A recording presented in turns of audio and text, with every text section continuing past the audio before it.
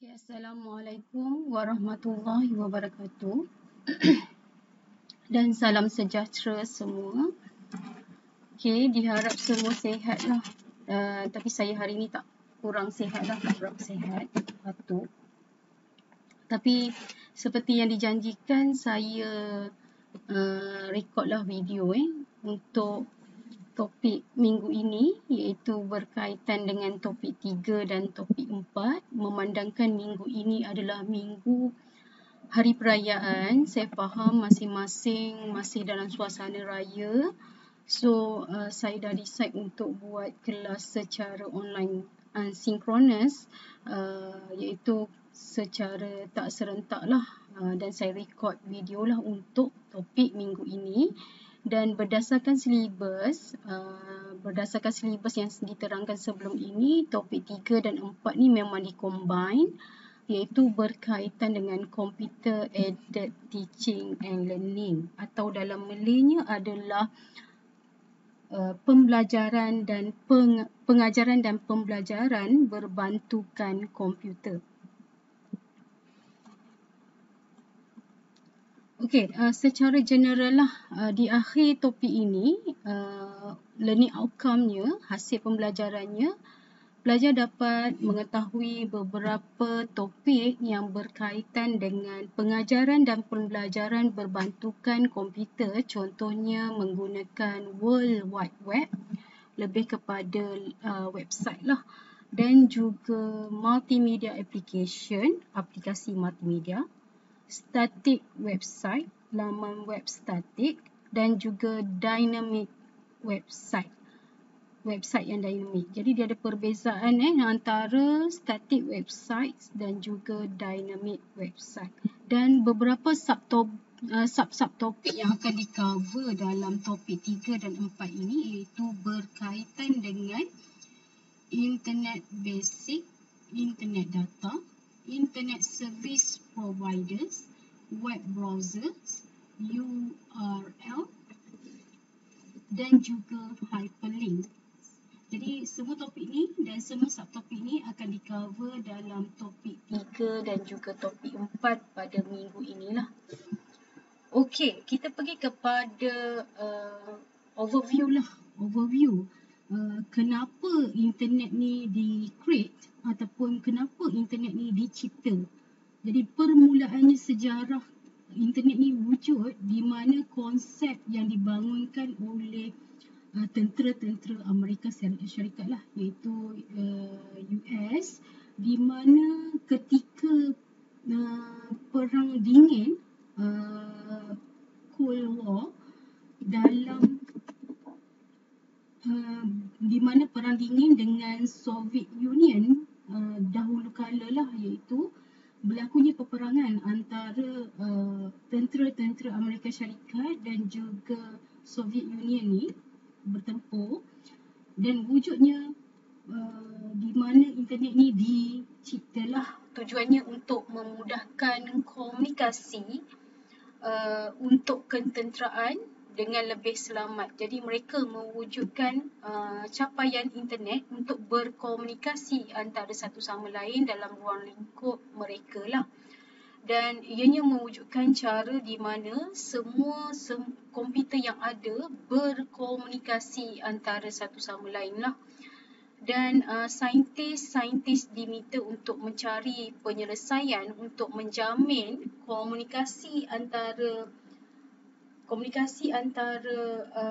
pusat komputer yang besar ketika berlakunya serangan nuklear lah, ketika peperangan tersebut, dan mereka bertindak balas di mana mereka mencipta kita sebut sebagai packet switching dan juga routers, dengan mengambil mana mereka menghantar data, mereka menghantar information dengan kaedah mereka divide kepada beberapa package kecil data ni, dan mereka menghantar ke alamat capaian internet yang telah disetting lah, dan dihantar kepada individu dan kepada destinasi melalui rangkaian dengan menggunakan routers. Jadi itu mulanya wujud pencapaian internet di dunia lah, bermulanya dengan peristiwa ini.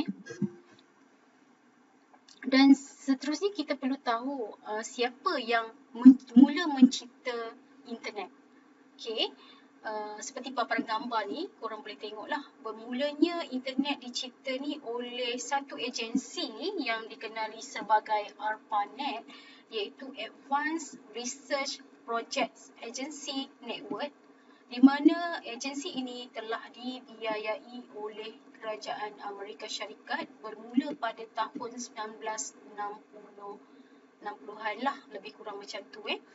Dan di mana ianya membolehkan komputer-komputer di universiti dan juga organisasi penyelidikan yang terkemuka untuk berkomunikasi antara satu sama lain melalui jarak jauh.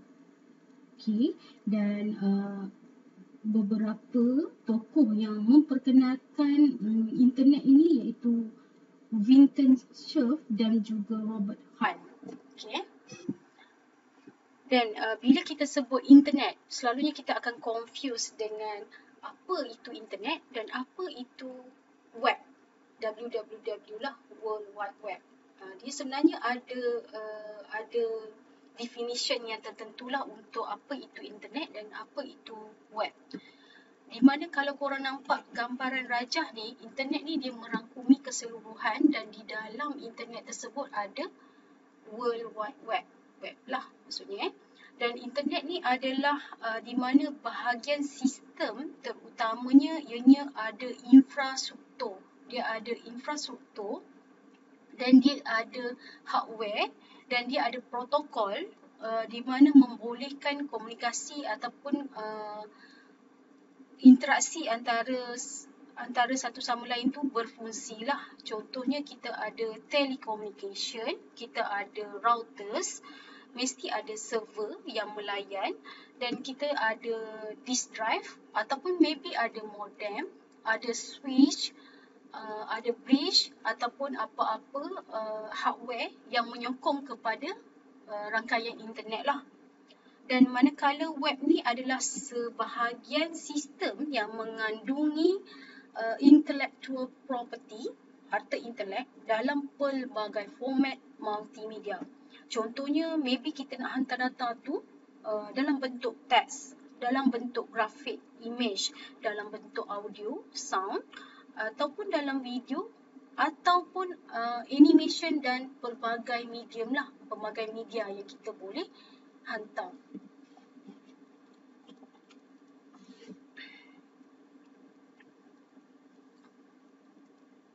Okey, web ni telah dicipta many years lampau lah, maksudnya bertahun-tahun sebelum-sebelum ni, di mana kelahiran internet ni telah dicipta oleh Tim Berners-Lee.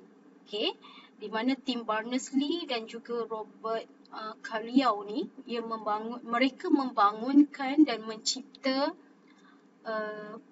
web browser yang pertama ketika itu, web browser yang pertama. Contohnya web browser yang ada sekarang, kita ada Chrome, kita ada Internet Explorer, kita ada Mozilla Firefox dan sebagainya. Itu adalah beberapa browser yang ada yang latest sekarang lah.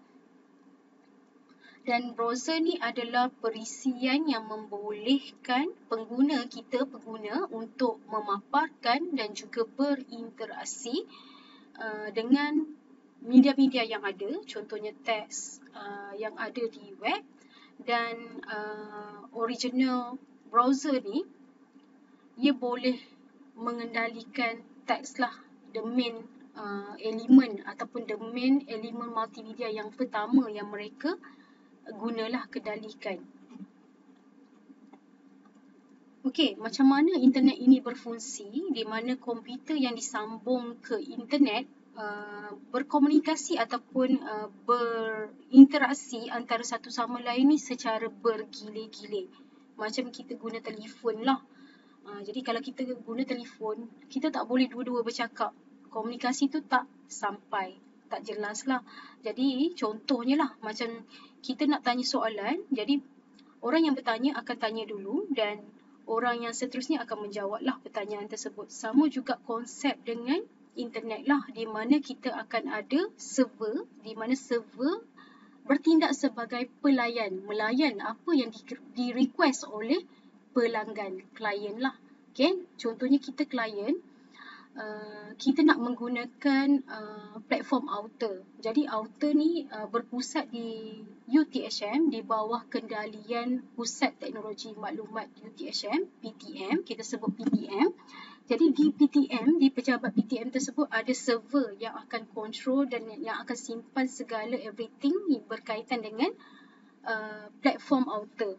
Jadi bila kita request untuk guna Outer tersebut, kita masukkan address URL tersebut dan kita login macam biasa dan kita request untuk view apa. Jadi server yang berpusat di PTM akan melayan kita sebagai pengguna apa yang kita request lah, apa yang kita arahkan. Okay, macam itulah fungsi internet. Dia mesti ada server, pelayan dan juga klien lah.